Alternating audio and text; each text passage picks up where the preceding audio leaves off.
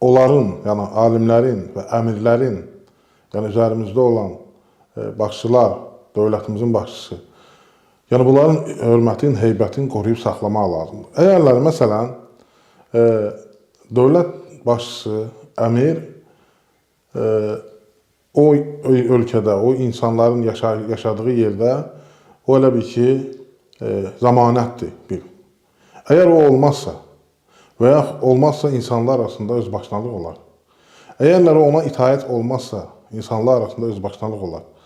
Əgərləri onun hörməti olmazsa, onun heybəti olmazsa, kim nə istəsə danışar, kim nə istəsə eləyər. Yəni bu insanlar buna getməməlidirlər. Yəni biz buna eləməməliyik. Mütləq nədir? Onların hörməti, izzəti qorunub saxlanmalıdır. Həmçinin alimlər, böyük alimlərimiz şəriətin, İslamın daşıyıcılarıdır. Əgərləri onlar gözdən düşərsə, onların heybəti itərsə, insanlar arasında nədir? Şəriətimiz itər, dinimiz itər. Və hər şey kim nə gəldi danışar, istehza nöqtəsinə düşər. Çünki onların hörməti getsə, xeyir gedər. Və çox şeylər var ki, böyüklərə mütləq hörmət olunmalıdır. Və xüsusən də dediyimiz kimi, bu ayət-i şərifdə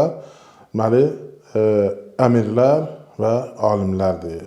Yəni, ulul əmri minkum deyəndə Allah Subhanahu Taala təfsirdə əmirlər dünyavi məsələlərdə, alimlər şərii məsələlərdə, dini məsələlərdə nədir? Bunlara itaət olunmalıdır. Və bunların hörmətinin qorunub saxlanması dediyimiz kimi şəriətin qorunub saxlanmasıdır.